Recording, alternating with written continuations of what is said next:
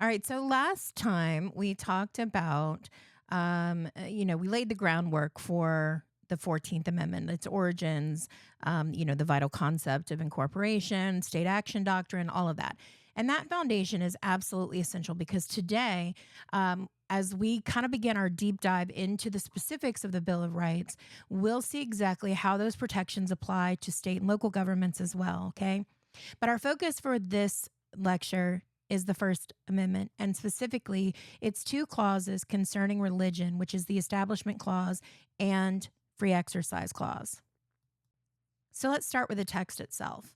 The First Amendment begins with these powerful words. It says, Congress shall make no law respecting an establishment of religion or prohibiting the free exercise thereof. Okay. And those are the two clauses that we're going to dissect today. And they are famously referred to as the Establishment Clause and the Free Exercise Clause. Okay.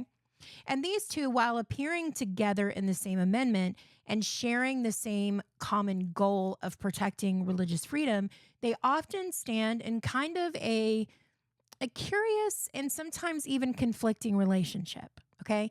The Establishment Clause aims to prevent the government from establishing or endorsing a religion, thus promoting separation.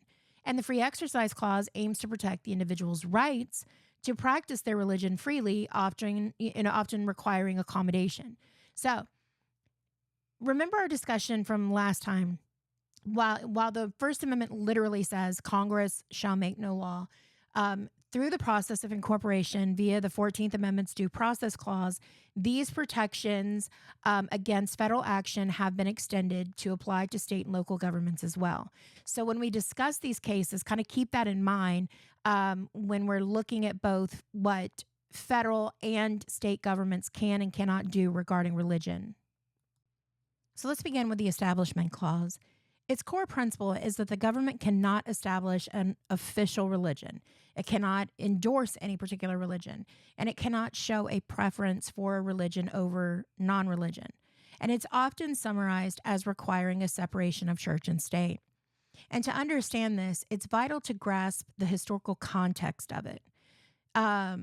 Many of the early colonists and later the framers of the Constitution, they came from or they were influenced by societies where government established churches were the norm. In England, you had the Anglican Church that was the official state church. And dissenters often faced persecution, loss of rights. They even had taxation to support a religion that they didn't believe in. And the framers wanted to prevent such a situation in the new United States so that they could ensure that religious liberty existed by preventing the government from getting into the business of religion. And so the key question that has plagued the Supreme Court for decades is, what exactly does this quote unquote separation even mean?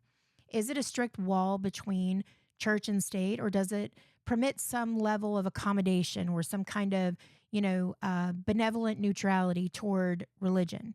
And the court has grappled with this, like often shifting majorities and evolving tests, making Establishment Clause jurisprudence notoriously complex. So for decades, the primary test that the Supreme Court used to determine whether or not a government action actually violated the Establishment Clause was by using the Lemon test. And it was established in the case of Lemon v. Kurtzman. Now, in this case, you have two state statutes.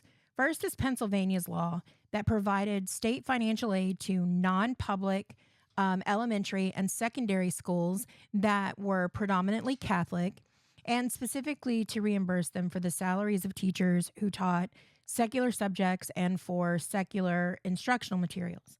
Then you have Rhode Island's law, and this provided a direct 15% salary supplement to teachers in non-public schools who taught secular subjects using textbooks and materials that were also used in public schools. And the argument was that these states were supporting religious education with taxpayer money.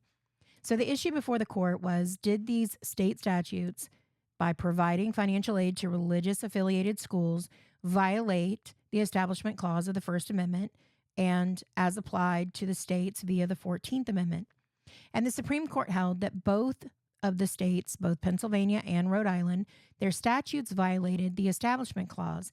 And it was primarily due to what they considered to be excessive entanglement between the government and religion.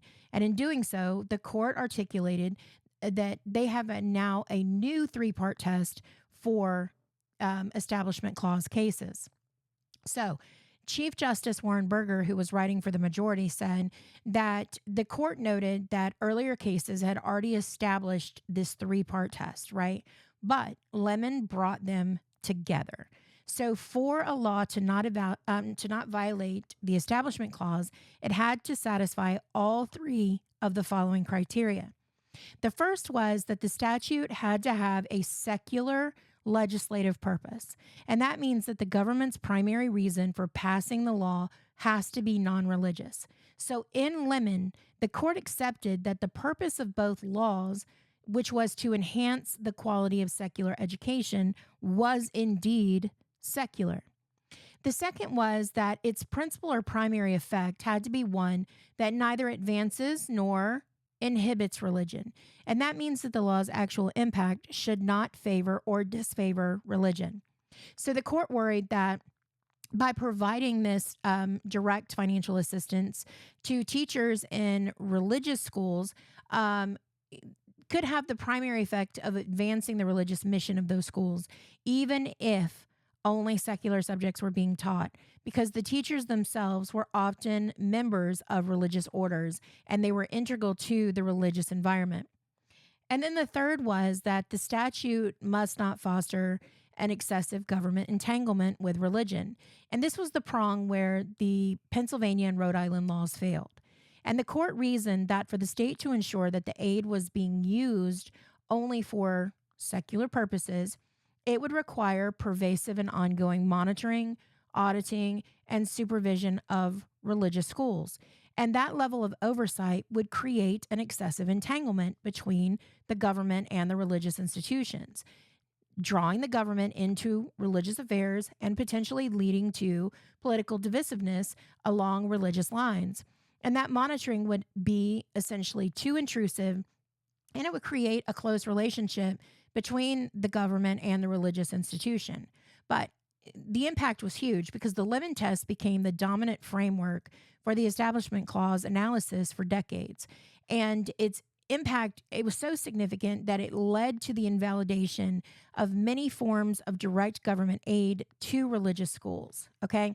But the test itself also has been a source of a lot of controversy and inconsistencies.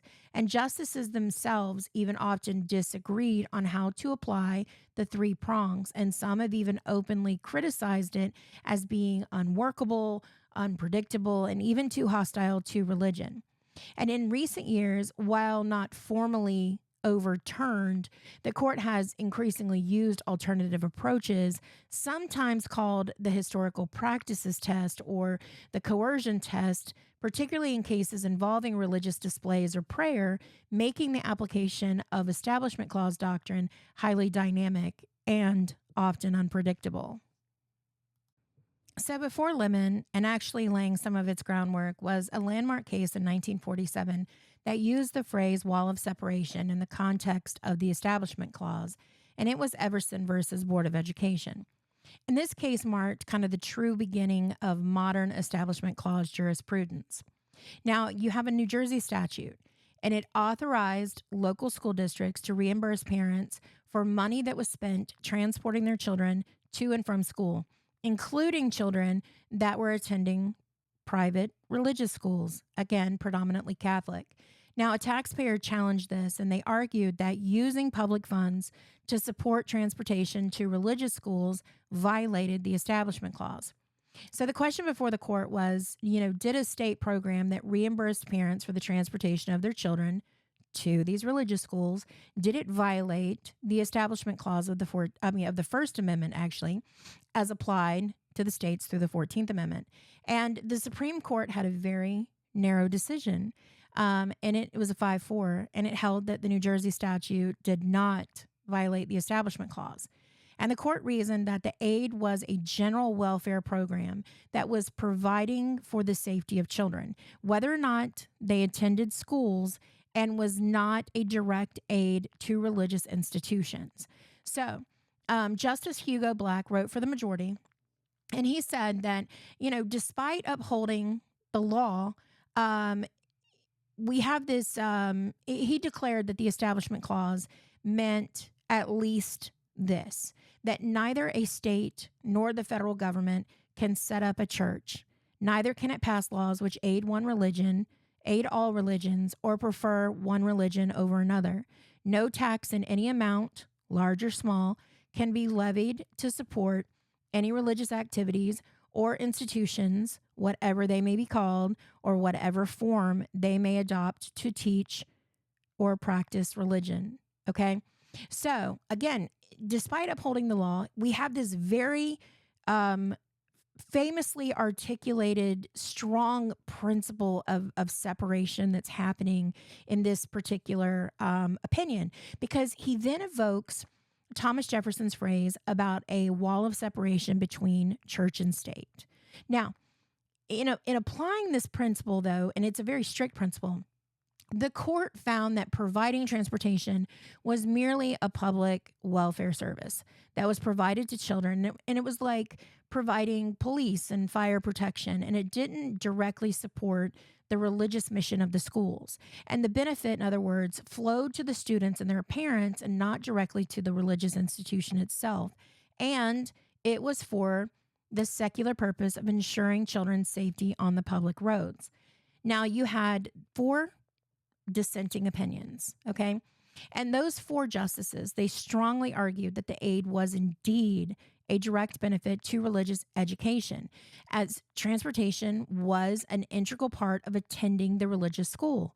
And they viewed the majority's reasoning as a dangerous erosion of walls of separation, okay? And Justice Rutledge's dissent argued for a complete separation, like rejecting any public aid to religious institutions whatsoever. Okay. Now, Everson was a pivotal case. It was the first time that the Supreme Court applied the Establishment Clause to the states, and it made a powerful federal check on state actions concerning religion. And it also introduced that influential wall of separation metaphor that was setting a high bar for strict separationist rhetoric. Okay. Now, the actual outcome, though, upholding the indirect aid for a secular purpose, it also opened the door for some complex debates about what exactly constitutes aids and secular purpose, and in these subsequent cases that the court had. So the tension between this strict rhetoric and kind of the permissive outcome in Everson has been, it's categorized much of what the court's Establishment Clause jurisprudence on aid to religious institution, leading to this complex web of distinctions between direct and indirect aid, and neutral versus non-neutral programs, and aid to schools versus aid to parents and students. And the Lemon Test, as we just discussed, it emerged as the court tried to bring more clarity to this area. But as we know, Lemon itself struggled also with consistent application.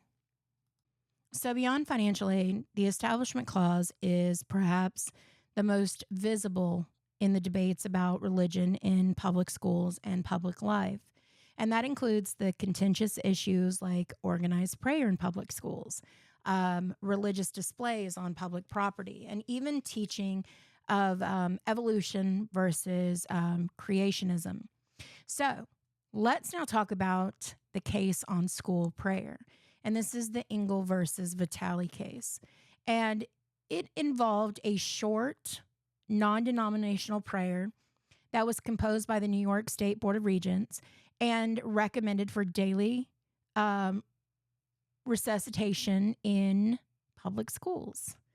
And the prayer was, Almighty God, we acknowledge our dependence upon thee, and we beg thy blessings upon us, our parents, our teachers, and our country. Okay? So participation was voluntary, but a group of parents challenged the prayer as a violation of the Establishment Clause. And so the issue before the court was, did this state composed, non denominational prayer, even if voluntary, uh, that's recited in public schools violate the Establishment Clause of the First Amendment? And the Supreme Court held that the state composed prayer did violate the Establishment Clause and it was unconstitutional. So we have Justice Hugo Black again. And the court stated that the Establishment Clause's prohibition against laws that were respecting an establishment of religion meant that the government could not compose official prayers for any group of American people to recite as part of a religious program carried on by the government. And so Justice Black emphasized that the Establishment Clause, that it prohibits all government-sponsored religious activity. And that's regardless of whether it is denominational or non-denominational, or whether it's coercive or whatever. And he stressed that history shows that the government's interfering in such matters, like religious matters, were soon to embark on an inevitably only too short journey of persecuting all who did not accept the officially approved religion. And the court's reasoning was firmly rooted in the idea that the government involvement in religious exercises, no matter how seemingly like benign, that it undermines religious freedom by putting the power and prestige of the state behind a particular belief system, and that this would subtly coerce those who did not share that belief. And so Engel versus Vitale, was a landmark decision that clearly prohibited official state-sponsored prayer in public schools, even if non-denominational and voluntary. And it sparked a significant controversy and debate, particularly upon those who believed that it was, quote, taking God out of schools. It firmly established that the government's role was to remain neutral in matters of religion, and it cannot promote or endorse religious exercises in public education. Now, building on this, we have Lee versus Wiseman, which focused on prayer at graduation ceremonies. So, a middle school in Providence, Rhode Island, they invited a rabbi to deliver an invocation and benediction at its graduation ceremony. And Deborah Wiseman, a student, and her father challenged that practice. They argued that it constituted a violation of the Establishment Clause because it coerced students to participate in a religious exercise. So, while participation in the prayer itself was not mandatory, attendance at the graduation was a highly significant event, okay? So the question before the court was, did the inclusion of a clergy-led prayer at a public school graduation ceremony violate the establishment of the First Amendment? And the Supreme Court held that the inclusion of clergy-led prayer at the public school graduation ceremony was unconstitutional, and thus it violated the Establishment Clause. Now, you have Justice Anthony Kennedy, who wrote for the majority, and the court did not explicitly apply the Lemon test in this case, though it did note the continuing relevance here. And instead, it focused on what it called a coercion test.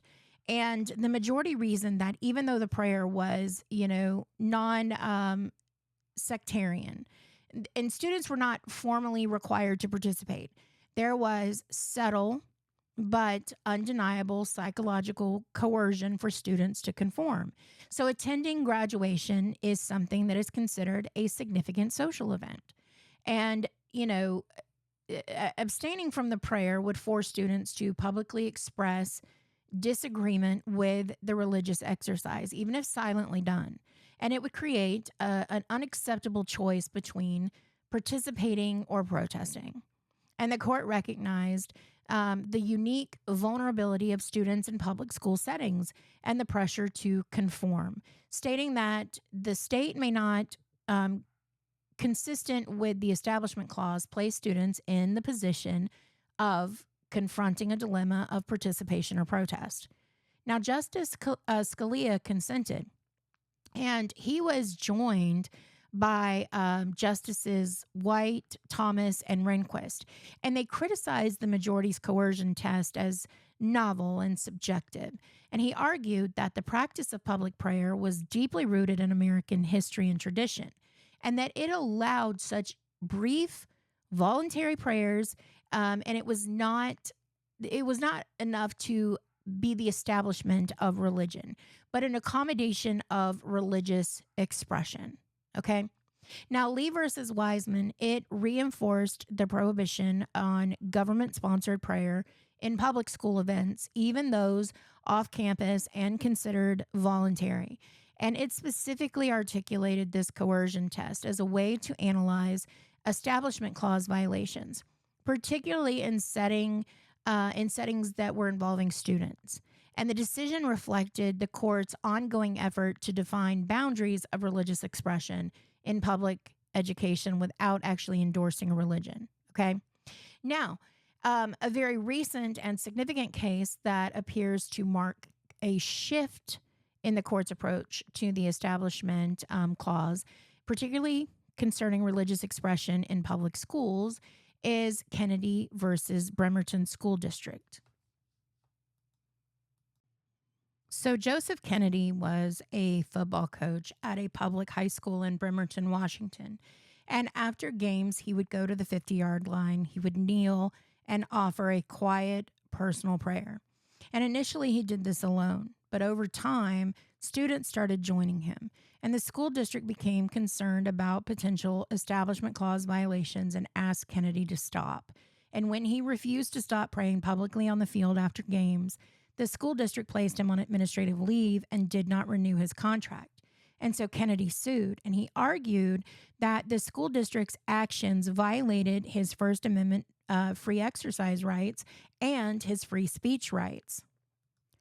So the question before the court was, did the school district's actions in preventing this public high school football coach from engaging in a personal public prayer on the field after a game violate the coach's free exercise and free speech rights, or was the school district's action justified by the Establishment Clause? And the Supreme Court ruled in favor of Coach Kennedy, holding that the school district's actions violated his free exercise and his free speech rights. And the court found that the Establishment Clause did not justify the school district's prohibition on personal religious expression.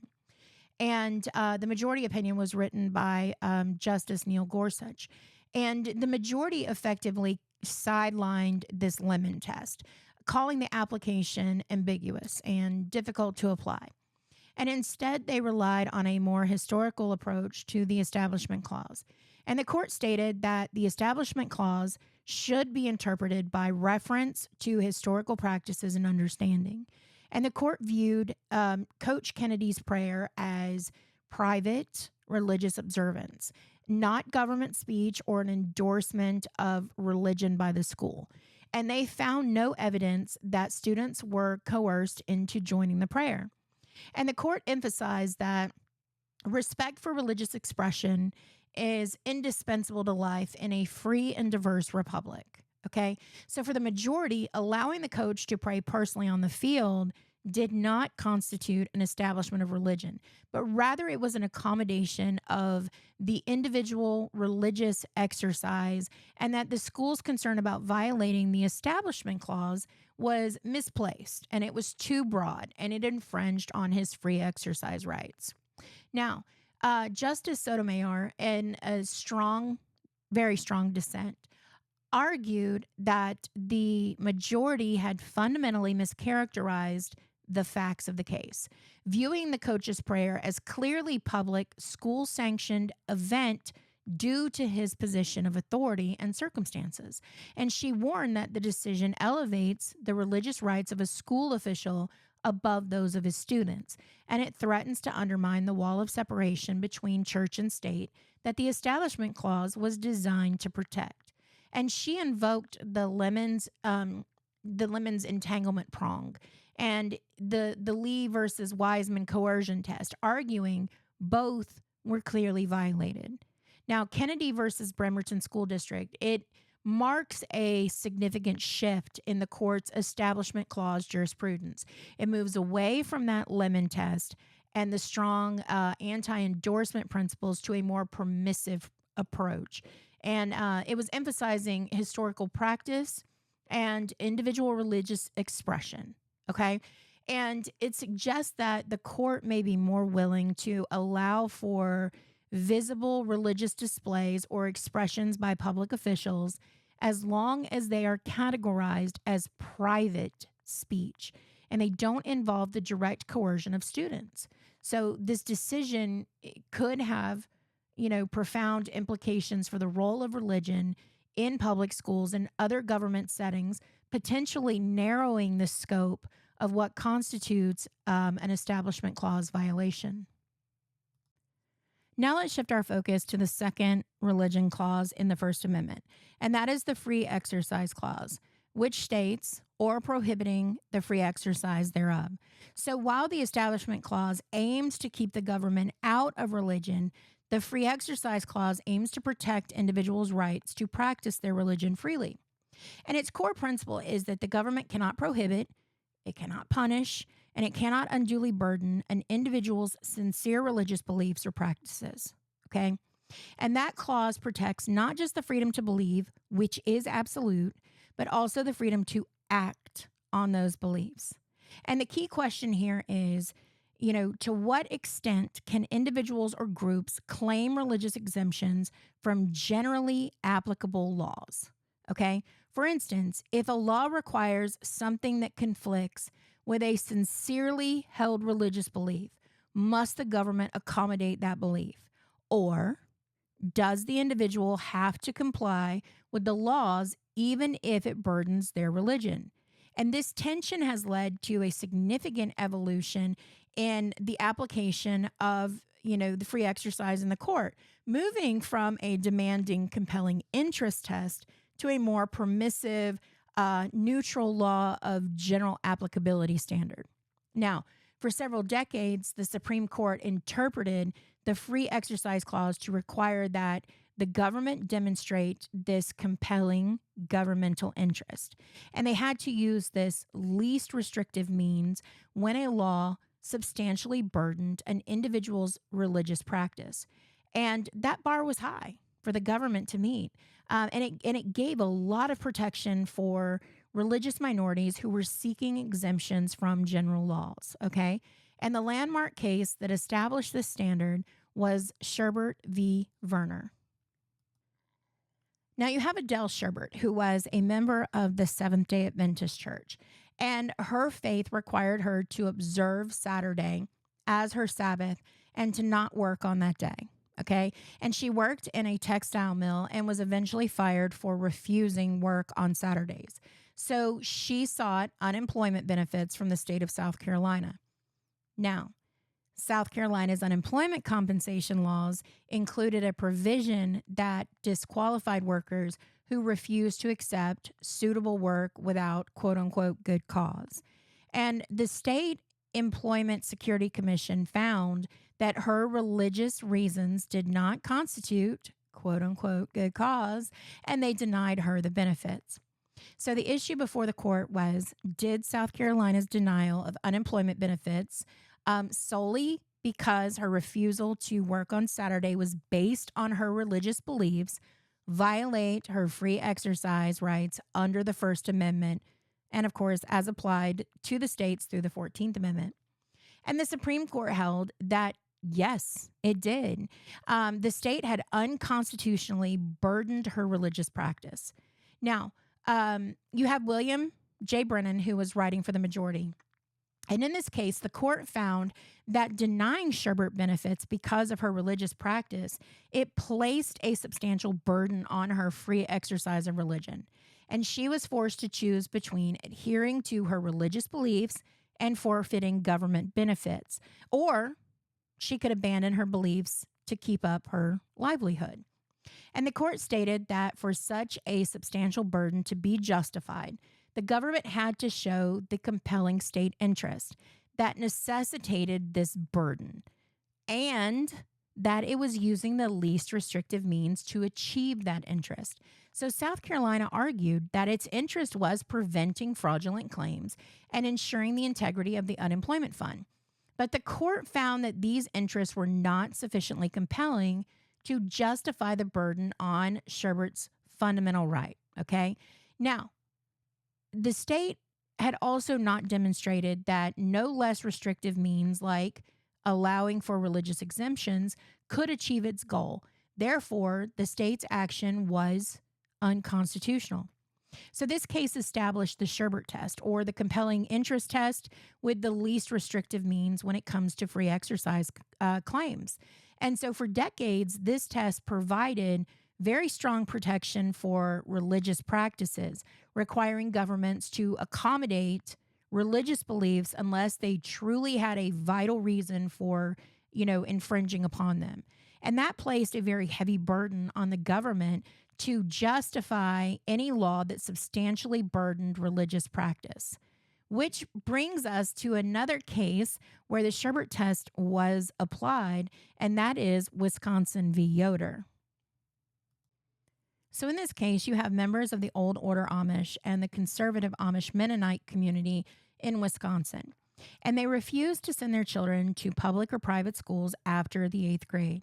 And they argued that their sincere religious beliefs, which emphasized an agrarian, community-based lifestyle and separation from modern worldly influences, that it dictated that higher education beyond 8th grade would expose their children to values and ways of life that were fundamentally at odds with their faith, that this would jeopardize their salvation and even the survival of their communities. Now, Wisconsin's compulsory attendance law required children to attend until the age of 16.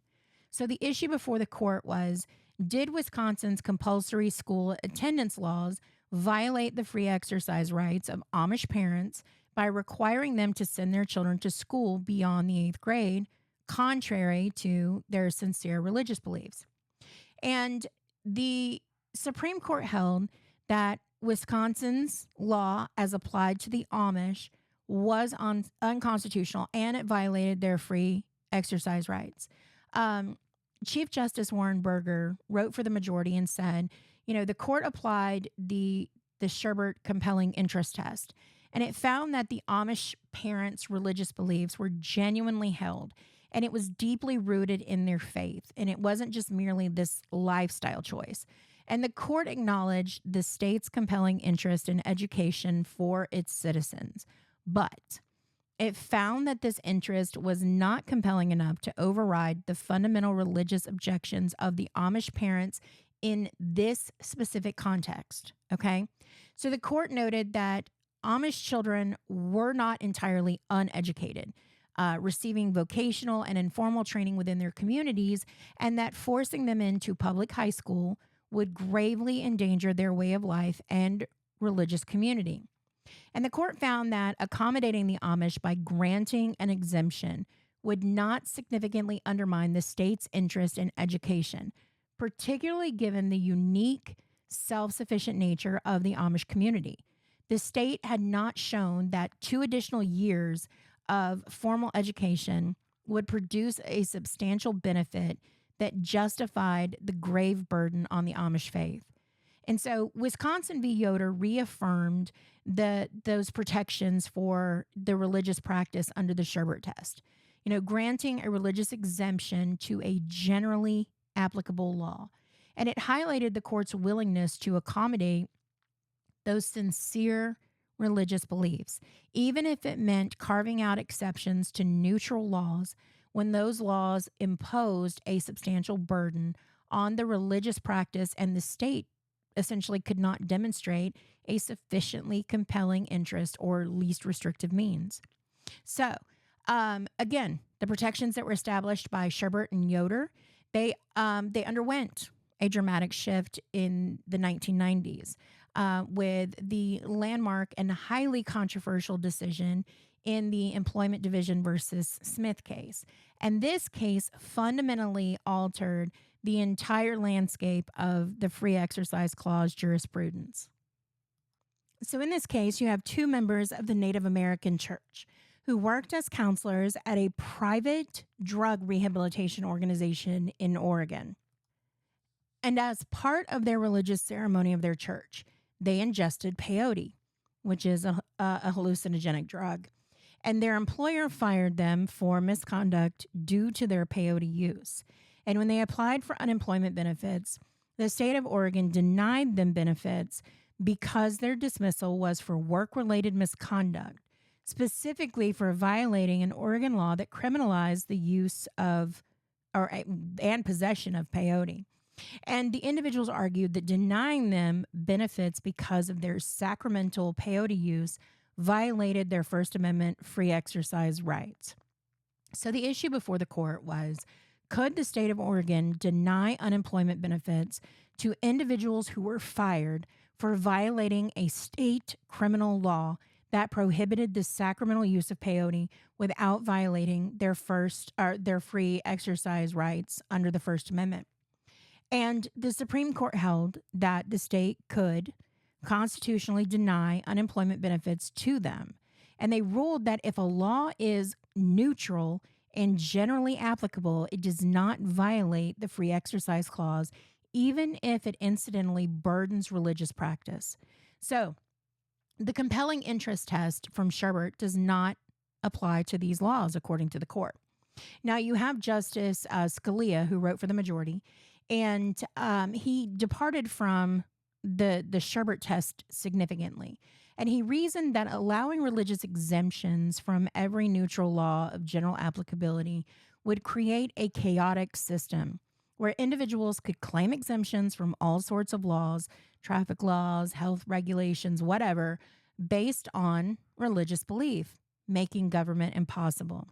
And he stated that the right of free exercise does not relieve an individual of the obligation to comply with a valid, neutral law of general applicability on the ground that the law prescribes or prescribes conduct that religion prescribes or proscribes.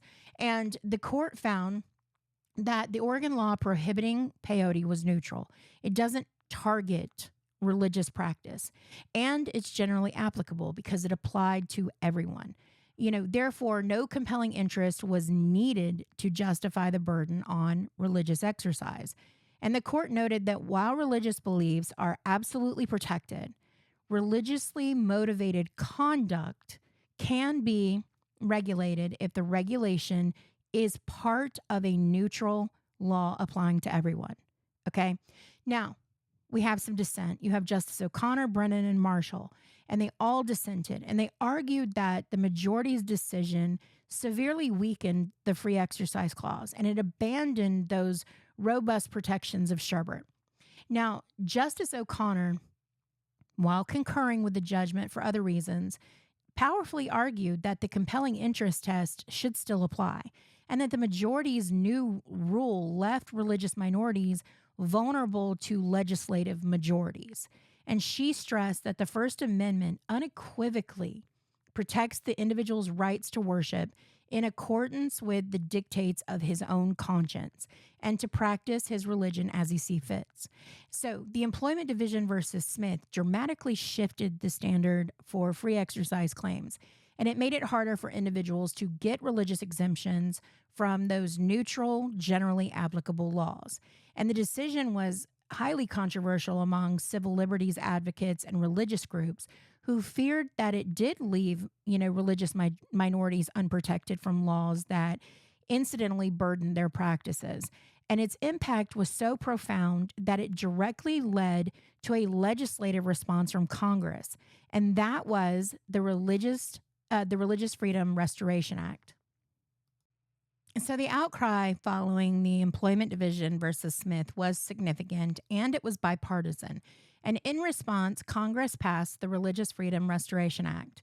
And the purpose of this act was, as the name suggests, to restore the compelling interest test for federal laws. And it mandated that the federal government could not substantially burden a person's exercise of religion, even if the burden resulted from a rule of general applicability, unless the government could demonstrate that the burden was in furtherance of a compelling governmental interest and was the least restrictive means of furthering that interest. So essentially, Congress sought to legislatively restore the Sherbert test for federal actions. Now, while the act initially attempted to apply to both federal and state governments, the Supreme Court later ruled in the City of Bern versus Flores, rather, that Congress exceeded its Section 5 enforcement power of the 14th Amendment in applying the act to the states. However, many states have gone on and since passed their own versions of the act that do apply the compelling interest test to the state and local laws. But back to Smith. So while it generally removed the compelling interest test for neutral, generally applicable laws, it left open a very critical caveat. And that is, what if a law is not neutral and generally applicable, but it targets religious practice? And this was addressed in the case of the Church of the Lukumi Babalui versus the City of Hialeah. And that was decided just a few short years after Smith. So the Church of the Lukumi Babalui practiced Santeria, which was an Afro-Caribbean religion whose rituals included animal sacrifice as a central component to worship. And the city of Hialeah, Florida, responded to public outcry and news reports about animal sacrifice by enacting several ordinances. And they prohibited the ritual slaughter of animals, but included exemptions for slaughtering animals for food purposes, pest control, or hunting. So essentially, they criminalized the specific religious practice of animal sacrifice while allowing for other forms of animal killing. So the question before the court was, did the city of Hialeah's ordinances, which banned animal sacrifice, violate the free exercise clause of the First Amendment? And the Supreme Court unanimously held that the city's ordinances were unconstitutional and violated the free exercise clause. So again, we have Scalia, who's writing for the majority. There's there's several different concurrences too, but writing for the court, and it's ironic because Scalia was the author of Smith. He found that the ordinances were not neutral and generally applicable, and he reasoned that the laws were specifically targeting the Santeria religion and its practices, rather than being neutral prohibitions on animal cruelty that applied broadly to all forms of killing. The exemptions for food, pest control, and hunting, they demonstrated that the city's true purpose was not to prevent all animal killing, but to specifically suppress Santeria's religious rituals, okay? So because the laws were not neutral and generally applicable, they had to be justified by a compelling governmental interest and be narrowly tailored to achieve that interest. And the city asserted interests, public health and preventing animal cruelty, were not genuinely compelling enough to justify laws that were crafted specifically to prohibit only religious animal sacrifices while allowing others. And so the ordinances were thus found to be discriminatory against religion. So the Lukumi case clarified a key limitation on the Smith rule. So while neutral laws of general applicability don't require strict scrutiny, laws that specifically target or are designed to suppress religious practice do trigger strict scrutiny, and they are highly likely to be struck down. And this provided some comfort to religious minorities, ensuring that they are not singled out for discriminatory, legislation, even if neutral laws can incidentally burden their practices. The line, though, between an incidental burden and targeted law can sometimes be subtle and kind of remains the point of contention. But these cases all highlight the ongoing complexities of modern conflicts involving the free exercise clause. And we continue to see these debates about religious exemptions in contexts such as vaccine mandates and businesses refusing services based on, religious objections to same-sex marriage and the rights of religious organizations to receive government funding, those types of things. And the tension between the Smith rule, which is deferring to neutral laws, and then the desire for religious accommodation, which is often aided by that Protection Act, or the Restoration Act, rather.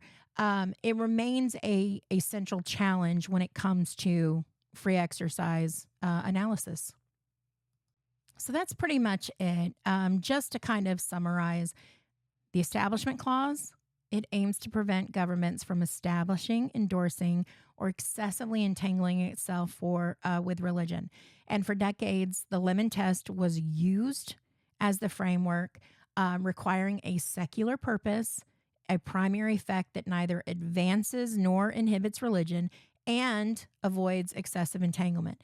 Then you have cases like Everson and Engel and Lee versus Wiseman that all applied this, showing a concern for avoiding government-sponsored prayer and direct aid.